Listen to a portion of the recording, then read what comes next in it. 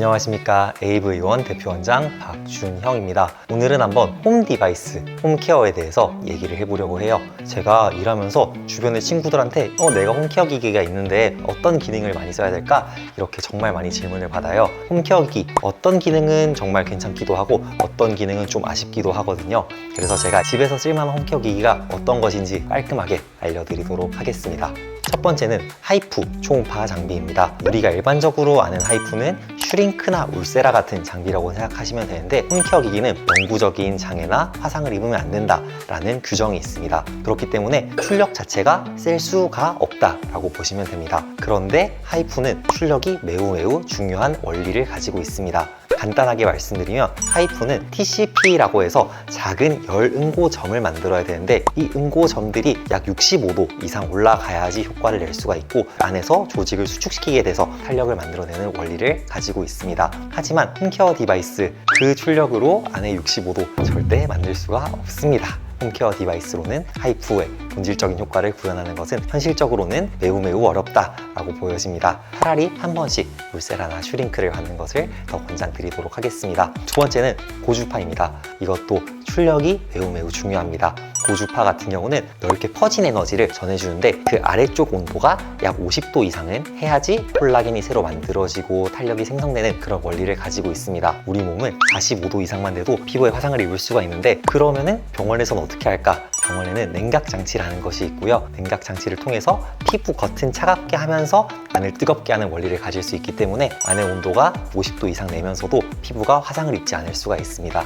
그렇지만 홈케어 디바이스 냉각 장치가 없습니다. 안의 온도가 50도 이상 올라가는 게 원리적으로 불가능하겠죠. 그렇기 때문에 고주파의 본질적인 효과를 홈케어 디바이스 통해서 내기는 어렵다. 그렇지만 예외적으로 한 가지 추천드리는 경우가 있는데, 열 자체를 주게 되면은 혈액순환이 개선이 되고 일시적으로 부종이 빠지는 효과가 있기 때문에 아침에 깼는데 너무 부었다 하면은 고주파 해주면 붓기는 되게 잘 빠집니다. 다음은 MTS입니다. MTS라는 것은 작은 미세한 바늘들을 뜻하게 되고요. 다이소나 올리브영 같은 데서 바늘이 들어있는 화장품이다라고 홍보를 하면서 모공이 좋아진다, 이런 것도 들어본 적 있으실 거예요. 바늘이라는 자극을 통해서 구멍을 뚫어주게 되면은 좋은 물질들이 더 흡수가 잘 된다, 그런 원리에서 나왔다고 보시면 되고, 두 번째는 그런 구멍이 나게 됐을 때 상처를 회복하자라는 원리로 그 부분이 차오르게 되면서 모공이 좀 좋아진다, 이렇게 총 두 가지의 원리를 가지고 있는데요. 홈케어 같은 경우는 바늘이 들어갈 수 있는 깊이가 제한이 되어 있습니다. 그렇기 때문에 병원에서 내는 MTS의 효과만큼을 기대할 수 없다가 첫 번째 이유고요. 두 번째 같은 경우는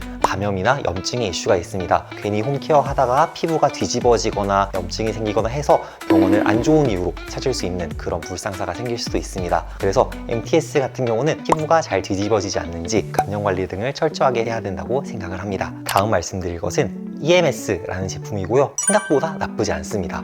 EMS라는 것은 한마디로 전기적인 자극을 줘서 근육의 긴장도를 높여서 처진 근육을 올려주고 있게 만들거나 중앙부를 짧게 만드는 근육을 조금 더 강화해주는 원리라고 생각해 주시면 좋습니다. 앞서 말씀드린 출력의 세기가 고주파나 초음파보다는 상대적으로 중요도가 떨어지게 됩니다. 좋은 근육에는 강화를 시키면 좋지만 입꼬리를 내리는 근육이라든지 인상 쓰게 되는 근육들을 강화를 시키게 된다면 오히려 인상이 안 좋아질 수 있겠죠. 집에 있으면은 잘 쓰는 건 중요한데, 굳이 산다라고 할 때는 병원이나 다른 곳에 한번 문의를 해서 내가 EMS를 하기 적합한지 한번 확인해 보는 것을 추천드리도록 하겠습니다. 추천 디바이스는 LDM입니다. LDM도 마찬가지로 초음파이긴 한데요. 앞서 말씀드린 하이프 초음파와 LDM의 초음파는 성격을 조금 다르게 하고 있습니다. 하이프 초음파 같은 경우는 하나에 집중된 곳에 폭발적인 에너지를 줘서 수축을 시킨다라고 하는 원리라면은, LDM 같은 경우는 다양한 주파수의 에너지를 내뿜게 돼서 피부에 미세한 진동을 주게 되고, 그로 인해서 노화 방지도 되고 염증도 개선이 되고 피부에 수분 공급도 가능한 효과를 가지고 있습니다. 그런데 왜 이것은 홈케어 디바이스로 꽤 가치가 있냐라고 했을 때는 LDM 자체가 그렇게까지 높은 출력이 아닙니다. 그렇기 때문에 다른 기계들에 비해서 병원 장비와 홈케어 디바이스 간의 차이가 상대적으로 적은 편입니다.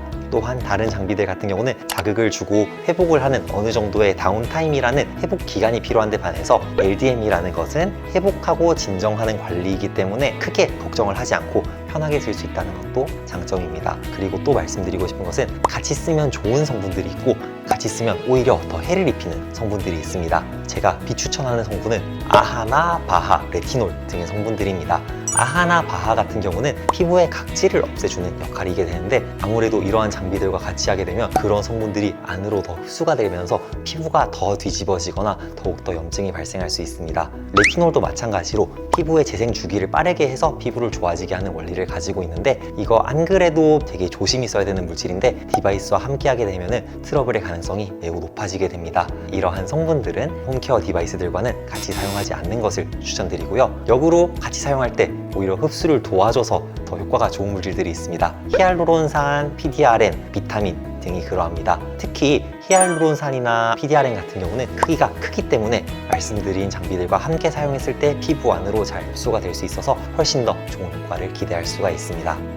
홈디바이스 이제 조금 궁금한 부분이 해결이 되셨을까요? 혹시 궁금한 거 있으면 댓글에 남겨주시면 저희가 다음 주제로 한번 반영도 해보도록 하겠습니다. 이번 영상이 유익하셨다면 구독이나 좋아요, 알림 설정까지도 부탁드리겠습니다. 안녕.